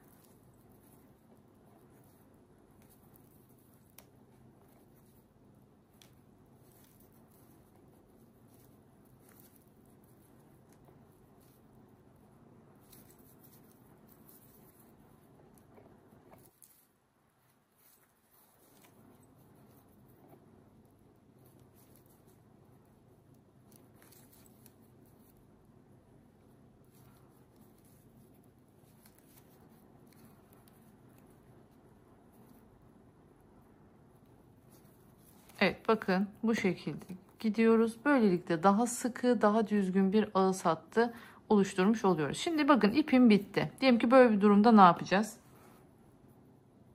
Şimdi bakın bir sonraki boşluğa girdik. Alttan ipimizi çekerken yeni ipimizi çekeceğiz.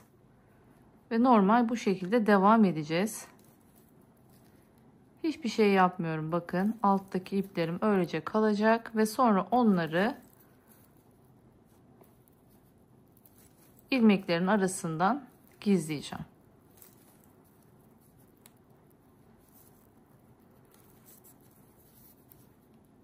Evet, şimdi geldik birleştirme kısmına. Burada her zaman şunu yapmanızı tavsiye ediyorum. mutlaka ve mutlaka birleştirmeye bakın. 2 tane ucumuz var biliyorsunuz. Bunlardan bir tanesi sonu, final, yani en son ördüğüm sıra. Bu en son ördüğünüz sırayı sona bırakın. İlk başta ilmeğinizi tuttuğunuz, başladığınız kısımdan başlayın. Başlangıçta da söylemiştim videonun başında, tekrardan hatırlatıyorum. Toplamda 10 artı 1 zincirle başladık ve 10 sık iğne ile git gel git gel. Bakın bunun nasıl yapıldığını göstermeme gerek yok çünkü bu parçayı yaptık zaten. Nasıl burada 43 tane ilmeğimiz vardı, 44 zincirle başlayıp git gel ördüysek, burada da 11 zincirle başlıyoruz. 10 artı 1, 11 zincirle başlayıp 10 sık iğne git gel git gel git gel devam ediyoruz. Şimdi ben buradan şöyle bu kenardan başlayacağım eklemeye. Ekleyeceğim ve sonunda eğer ki eksik gelirse ne yapabileceğim? Burası bitiş noktası olduğu için eksik gelirse üstünü örmeye devam ederim. Fazla gelirse o zaman da ne yaparım? Sökerim. Hani bu aklınızda bulunsun. Her zaman eklemeye başlangıç noktasından başlıyoruz. Hemen şöyle geliyorum. Tığımı alıyorum elime. Şöyle ilmeğimi geçirdim. İkisini ucuca koyacağım ve her sıraya bir tane olacak şekilde eklememi yapacağım. Şimdi bakın, birinci en son ilmek kaydırma yaptığım noktaya giriyorum ve burada da yine ilk şöyle tepelerimiz var biliyorsunuz. İlk tepeye giriyorum ve buraya bir sık iğnemi yapıyorum. Geliyorum ikincisine. Ne yapıyorum? Bakın bu sefer sık iğnenin gövdesine giriyorum. Geliyorum üçüncü noktaya. Bakın burada da bir alt sıraya. Her bir sık iğne sırasına bir tane yapıyoruz. Burada bir ilmek, karşıda sık iğnemiz. Bakın görüyorsunuz. Hepsine birer tane.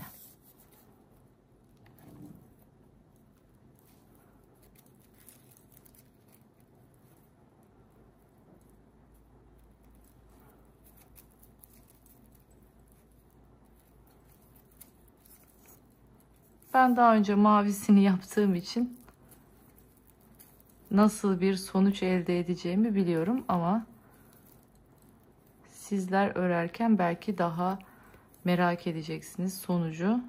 Gerçekten çok güzel bir çanta çıkıyor ortaya.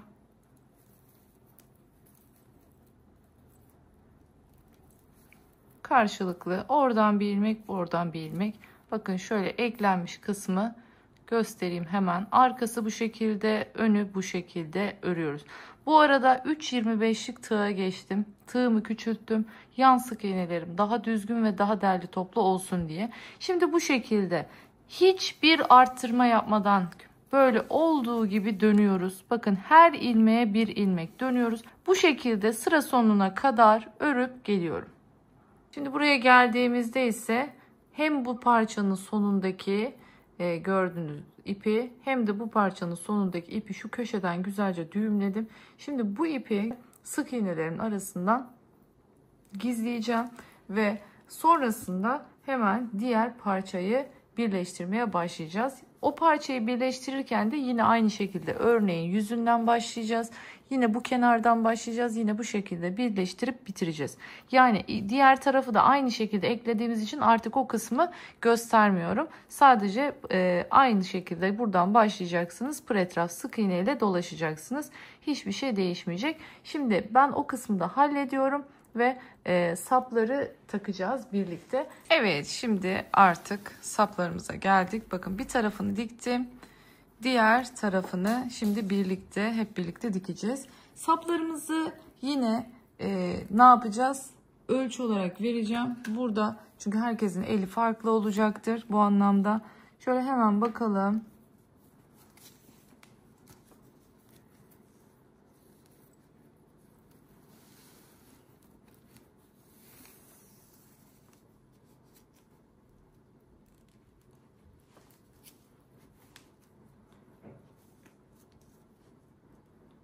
Evet, 57 santimlik sapım var. Bakın 57 santim. 7 sık iğneden oluşuyor. Git gel 57 santim olana kadar ördüm. Şimdi birlikte hemen bunu da buraya dikelim ve artık çantamızı tamamlayalım. Bakın şöyle şeklinin kendini toparlaması için şu yan noktalardan işaretleyicilerle tutturdum. Son kez bu şekilde işaretleyiciler takılıyken şöyle bir üstünden bezle bir ütü bastıracağım. Hafiften şöyle gezdireceğim. İyice şeklimiz kalıplaşsın diye. Şimdi iğnemizi takalım.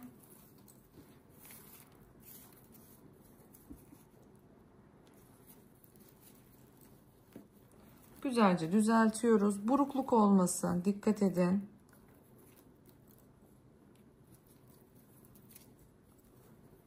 Yönüne dikkat ediyoruz. Bakalım şöyle. Evet. Şimdi yer olarak, konum olarak nereye dikiyoruz? Hemen onu da söyleyeceğim size. Şöyle çevirelim artık çantamızı bu tarafına.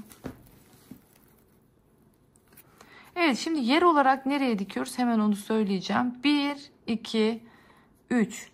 Üçüncü yelpaze ile dördüncü yelpazenin tam arasına, ara noktasına dikiyorum. Şimdi öncelikle şu örgümüzün en alt noktasından tutturuyorum. Görüyorsunuz bu şekilde. En uç noktasından tutturuyorum. Haliyle buradaki örgümün de birazcık ortalarından tutturmuş oluyorum. Bu şekilde yelpazelerin göbeklerinden tutturmuş oluyorum.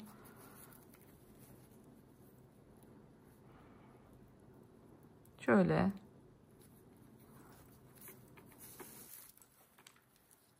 sırayla gidiyoruz. Bakın en uçtaki ilmekteyim şu anda. En uçtaki ilmekten giriyorum.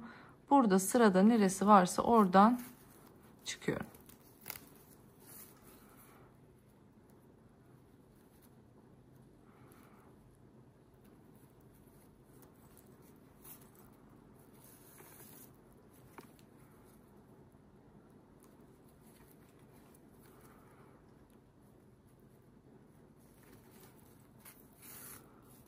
Evet.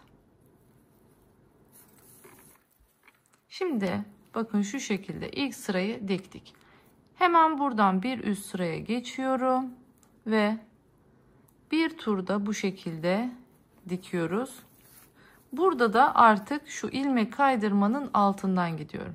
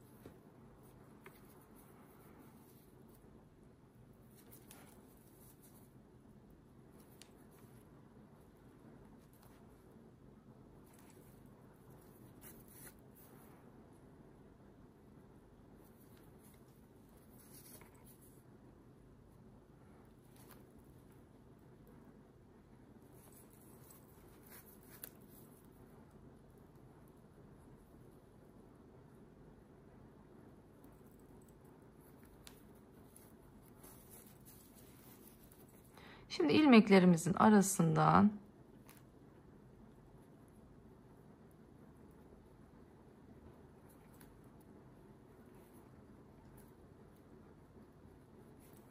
bu şekilde ilerliyoruz.